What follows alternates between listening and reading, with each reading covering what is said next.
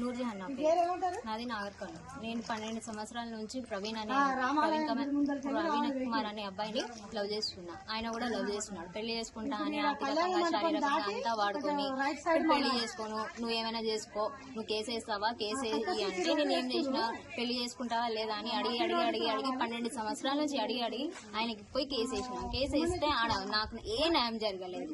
అక్కడ వెళ్తే నీకు మేము బలవంతంగా పెళ్లి అయితే చేయమమ్మా, ఆయన ఇష్టం చేసుకుంటే చేసుకోండి లేకపోతే లేదంటే ఆయన కావాలని పెళ్లి చేసుకోకుండా రిమాండ్ కి పోయొచ్చిండు. రిమాండ్ కి పోయొచ్చిన తర్వాత నాకు ఏది అసలు నేను వేసింది కేసు పెళ్లి కోసం.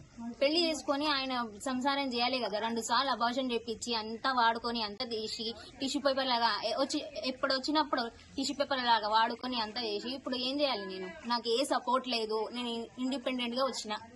మా అమ్మ వాళ్ళు దొబ్బేసిరు, ఏది దొబ్బేసిరు అంతా. నాకు ఆర్థికంగా లేదు, ఏది రకంగా లేదు. నాకైతే పెళ్లి కావాలి ఆయనకు. నాకైతే నూర్జహాన్ నా పేరు. నాది నాగర్కర్నూలు. నేను 12 సంవత్సరాల నుంచి ప్రవీణ్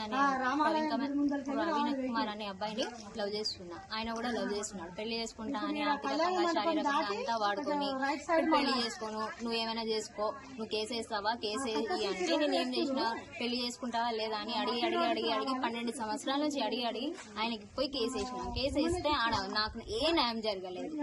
అక్కడ వెళ్తే నీకు మేము బలవంతంగా పెళ్లి అయితే చేయమమ్మా, ఆయన ఇష్టం చేసుకుంటే చేసుకోండి లేకపోతే లేదంటే ఆయన కావాలని పెళ్లి చేసుకోకుండా రిమాండ్ కి పోయొచ్చిండు.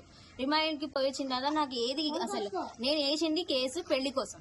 పెళ్లి చేసుకుని ఆయన సంసారం చేయాలి కదా, 2 సార్లు అబార్షన్ చేపించి అంతా వాడుకొని అంతా తీసి టిష్యూ పేపర్ లాగా ఎప్పుడు వచ్చినప్పుడు టిష్యూ పేపర్ లాగా వాడుకొని అంతా చేసి ఇప్పుడు ఏం చేయాలి నేను? నాకు ఏ సపోర్ట్ లేదు. నేను ఇండిపెండెంట్ గా వచ్చిన.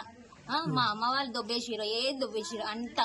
నాకు ఆర్థికంగా లేదు, ఏది రకంగా లేదు. నాకైతే పెళ్లి కావాలి ఆయనకు. నాకైతే